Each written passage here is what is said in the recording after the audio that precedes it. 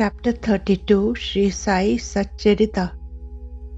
In this chapter, Dabholkar gives the parable of the 4 wise men who wandered about in a dense forest in the search of God. This they did without a guide and thus got lost.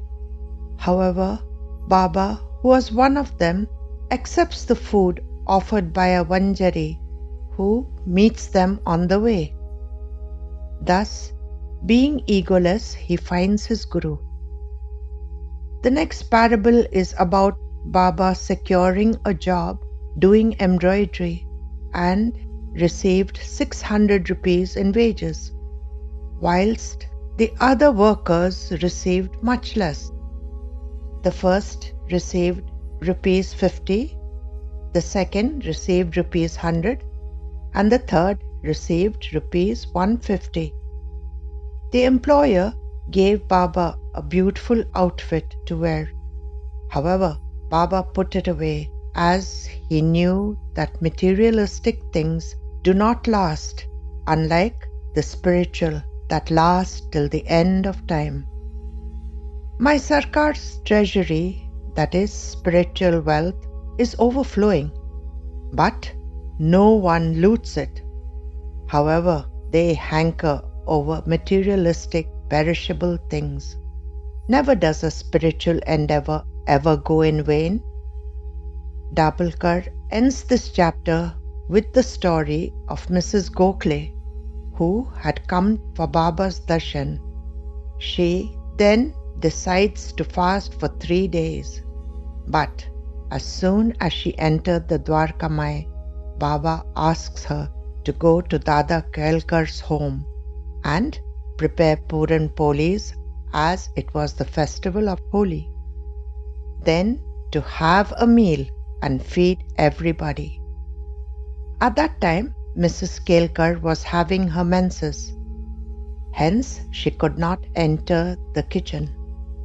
Baba disapproved of fasting as he felt that God cannot be attained on an empty stomach, as the mind is anticipating the fast to end. Now, I will try to elaborate the Leela of the 4 wise men wandering in the forest in the quest to find God. In the Sri Sai Satcharita, chapter 32, this parable is given. Once, 4 learned men, well versed in the Puranas, had a debate about Brahma, taking the maxim from the Gita that one must uplift himself by his own efforts. Each of them presented their view or philosophy on the subject. Baba narrates the parable of the 4 wise men who had a discussion on the subject of finding Brahma or God. Each aspirant followed a different philosophy or path, and each aspirant or seeker of the truth was adamant that his chosen path would lead him to self-realization. As they couldn't reach an amicable conclusion, they wandered in the dense forest. The forest was extremely dense, and they soon lost their way. Then they met a Vanjari or grain merchant who asked them about their quest. They replied ambiguously and evasively. The Vanjari then advised them to take a guide with them, as the dense forest was impenetrable. Not heeding his advice, they marched on and soon lost their way. Finally, they returned to the place that they had started from and again met the Vanjari. Again he spoke with compassion and said, "So, you missed your way? A guide is always necessary to show you the right way in matters small or great. No quest can be carried out successfully on an empty stomach, unless it is God's will. You will not meet anyone on the way. Do not discard offers of food and water, as they are auspicious signs of success. Then he offered them his food again. The three men refused and went away. Baba, however, was moved by his love and kindness, so he respectfully accepted the piece of bhakri, and lo, the Guru stood before him and accepted Baba as his disciple. Then he took Baba to a well, which had a tree adjacent to it. There he tied Baba's legs to the branch of the tree and suspended him in an inverted position with his head down and his legs up. The Guru then left and returned only after 4 or 5 hours. During this period, Baba could not reach the water nor drink it. When the Guru returned, he untied Baba's feet and asked him how he felt. Baba replied, "I was in supreme bliss. The joy I felt is beyond words." Hearing my answer, the Guru was extremely pleased. He drew me close to him and lovingly stroked my body and kept me close to him. Then my Guru put me into his school. My Guru took care of me tenderly as a mother bird does her young ones, protecting them under her wings. How wonderful the Gurukul was! I forgot my kith and kin. I attained detachment and salvation easily. All my evil tendencies vanished, and my previous karmas were wiped out. I felt like embracing my Guru and staring at him all the time. My Guru became my mother, father, my wealth, property. Indeed, he was everything to me. My Guru was the sole object of my meditation, as my mind and senses concentrated on him, and I was conscious of nothing else. Therefore, in the end, I could only pay obeisance to him, said Baba. The possible meaning of this wonderful parable is given below. The 4 young men are symbolic of the 4 paths taken to reach God through the 4 forms of sadhana or spiritual practices. The first aspirant represents Gyan Marg or the path of knowledge. The second seeker of salvation chooses the Yoga Marg or the path of yoga, while the third seeker was the Karma Margi. He had chosen the path of karma to achieve his goal. Baba was also amongst them, and he represents the Bhakti Marg or the path of devotion. The dense forest represents the difficult path that you have to tread on to reach God. The rope signifies the grace of the Guru, and the tree near the well represents bhakti or devotion. The well is the sum total of the karmas done in this life, and the water in the well is the Bhav Sagar or the materialistic ocean of life.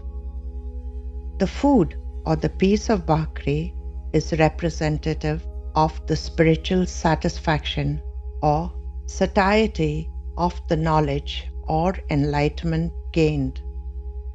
The Vanajari is the spiritual guide.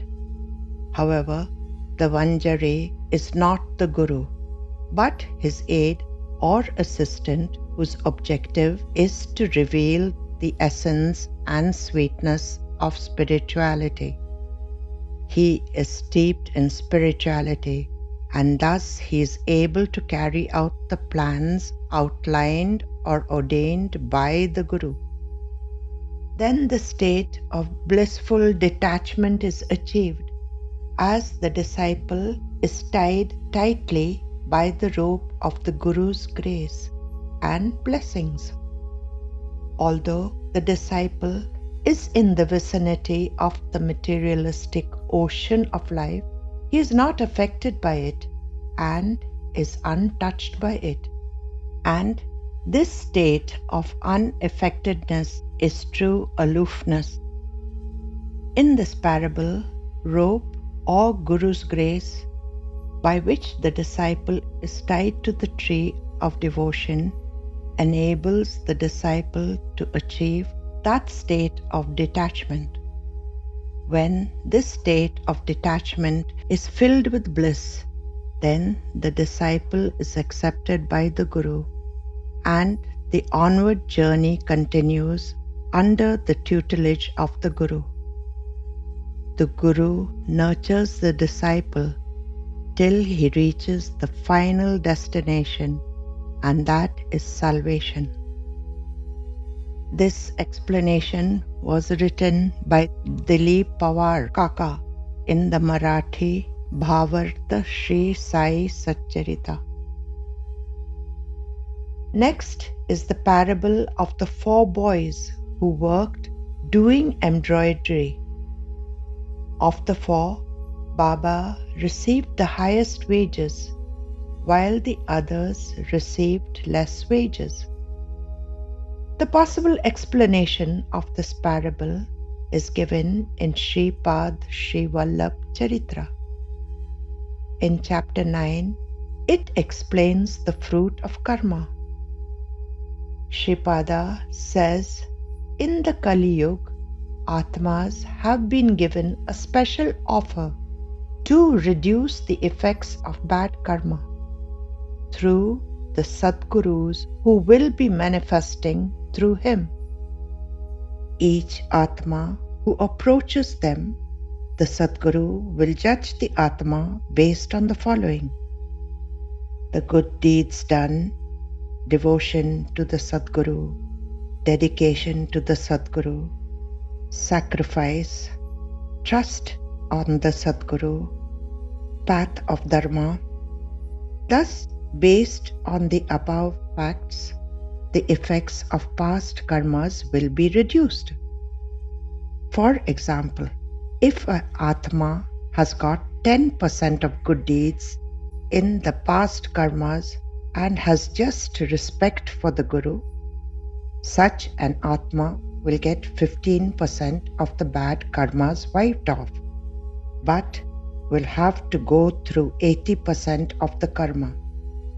In the same way, if an Atma has got 50% of good karma from his past and is dedicated to the Sadguru, he will get 70% of bad karmas wiped off. The balance he has to experience, and so on and so forth. It goes on percentage of bad karma reduced, differ from one Atma to another. Some get less and others get more.